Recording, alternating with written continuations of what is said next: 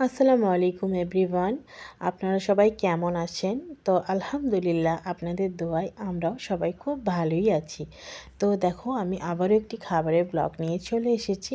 খাবারের ব্লগ তো অবশ্যই আসবে, প্রতিনিয়ত আসবে, যেহেতু ফুড লাভার আমি।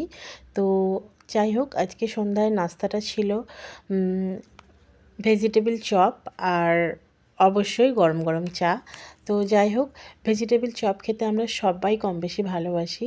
আর হয়তো বললে বেশি হয়ে যাবে, মানে এতটাই সুন্দর হয়েছিল ভেজিটেবল চপটা, আমি কোনোদিনও এত সুন্দর মানে দোকানে খাইনি। তো আমার এই ভেজিটেবল চপটাতে কোনো ইন্টারেস্ট নেই, মানে একেবারেই ভালোবাসতাম না। তবে বাড়িতে বানিয়ে খাওয়ার পর অবশ্যই দেখলাম যে না, বাড়ির খাবারের টেস্ট অবশ্যই অতুলনীয়।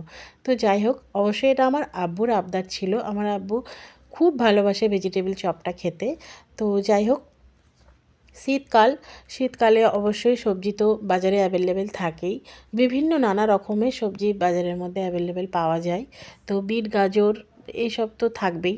তো এই সমস্ত জিনিস দিয়েই আমরা বানিয়ে ফেললাম। যাই হোক, তো খুব সুন্দর হয়েছিল, সন্ধেটা পুরোই জমে গিয়েছিল। তোমরা কিন্তু অবশ্যই আমাকে কমেন্টে জানাবে আমার ভিডিওটা কে কোথায় থেকে দেখছো, অবশ্যই অবশ্যই জানাবে। আর আমার ভিডিওটা যত বেশি বেশি পারবে শেয়ার করবে এবং ফলো করবে। তো যাই হোক, আমাদের এই রাতের খাবারও শুরু হয়ে গিয়েছিল। তো রাত্রিরে আমরা ডিনারে খুব তাড়াতাড়ি আমাদের ডিনার কমপ্লিট হয়ে যায়। তো ডিনারে আমাদের একটা আজকে মিক্সড সবজি হচ্ছিল। তো সবজি খেতে আমার আব্বু খুব ভালোবাসে।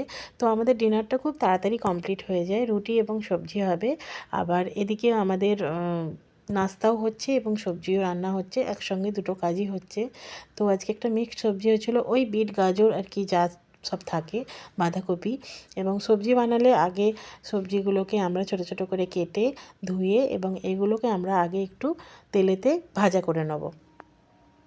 ভাজা করে নিলে কি হয়, রান্নাটা খুব সুন্দর একটা সেন্ট হয় আর রান্নাটা খুব সুন্দর খেতে লাগে। তো যাই হোক, এদিকে দেখো আমাদের কিন্তু ভেজিটেবল চপ প্রায় ভাজা হয়েই গেছে, কমপ্লিটই প্রায়। তো কিছুটা আর বাকি, তো এইগুলো করে নেবো। এদিকে আমাদের রান্নাও হয়েই এসছে প্রায়। তো এটাকে নিয়ে আমরা ভালোভাবে কষিয়ে নেবো সুন্দর করে।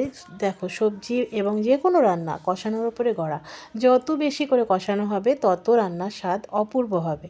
তো এটা কে কে ফলো করো আমি জানি না, তবে তোমাদের সবাইকেই বলছি রান্না কষানোর উপরে গড়া।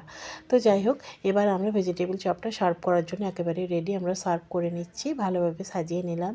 ওই যা হোক আধা ভাঙাভাবে সাজিয়ে নিলাম আর কি। তো এবার খাবার পালা, খাবার জন্য আর তৈরি ছিল না। তো যাই হোক, আমরা পরিবেশন করে নিলাম একটু স্যালাড, একটু সস, সব কিছু দিয়ে। তো কেমন লাগলো অবশ্যই জানাবে। Thank you, tata.